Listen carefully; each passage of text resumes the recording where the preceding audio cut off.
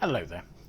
Today I'm really interested to try this wine. This is J Alberto Malbec from Rio Negro in Patagonia, produced by Bodega Noemia.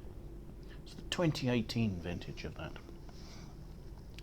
So Bodega Noemia was revitalised, restarted in 2001 as a partnership between Comtesse Naomi Maron Cinzano and the South African-born Danish winemaker Hans Vinding Diers.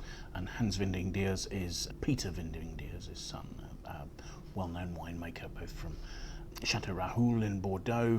He's part of the partnership that revitalised the Royal Tokai Wine Company, and from work he did in Stellenbosch. He's now semi-retired, living in Sicily, where he's revitalising an estate there. Hans is now in full charge of Bodega Noemia in Patagonia, and this project started out when the pair found vineyards in the area, some of which dated back to 1932. This particular wine is made from a plot planted in 1955, a 4-hectare plot, and the vines here grow on their own roots. There's no need for grafting. They're from a Massal selection, so carefully selected from fruit that had been growing in this region, probably from the 1932 plantings. And the weather conditions, the very dry conditions, make this an ideal place to be growing organic wines and to be growing wines sustainably.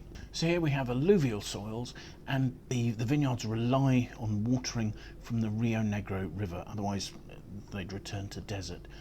There's a system of canals here which enables the irrigation, and these vineyards are watered up to 4 times a year with flood irrigation, and these canals, as I say, date back over a century, so this is a well-established viticultural region. The climate is cool and very windy, and as I say, that reduces risk of fungal infection in the vineyards.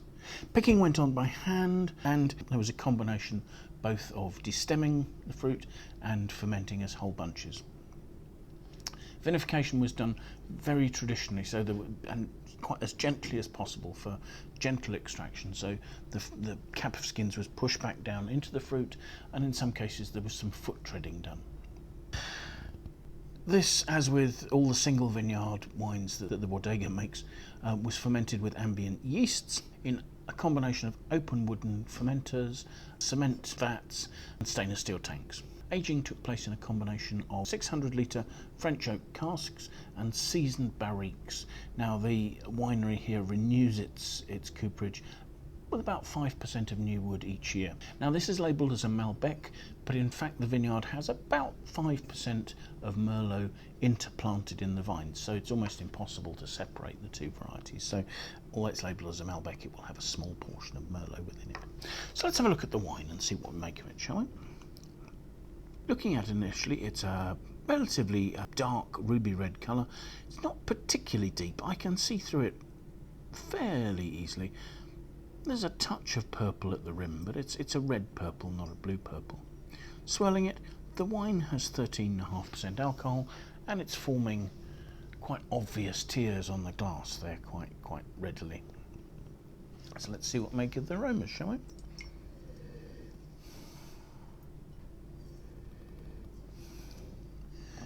Those aromas are rich and very juicy. Rich, ripe plum. There's a tiny touch of sort of meaty, reduced notes there. And perhaps some more sort of lifted red cherry notes as well. There's a nice, rich intensity of fruit there.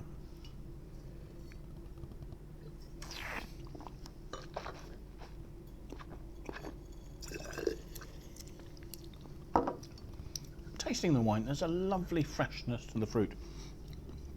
It's a rounded, rich, juicy nature.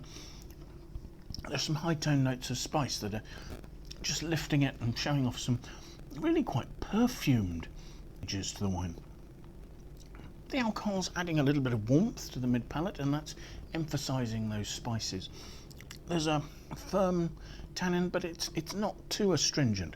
The richness of the fruit is stopping it from being too drying, and it's giving it a sort of a rounded, slightly juicy nature. There's some almost black cherry note on the mid-palate there. Again, the acidity is showing through, and it's showing through some sort of red plummy fruit on the finish. where again there's that very attractive sweet spice note, which could be coming from the oak, but the oak's not particularly powerful here. There's nice length, there's nice richness. The wine is medium to full-bodied, and as I say, it's got this sort of rounded, quite supple nature.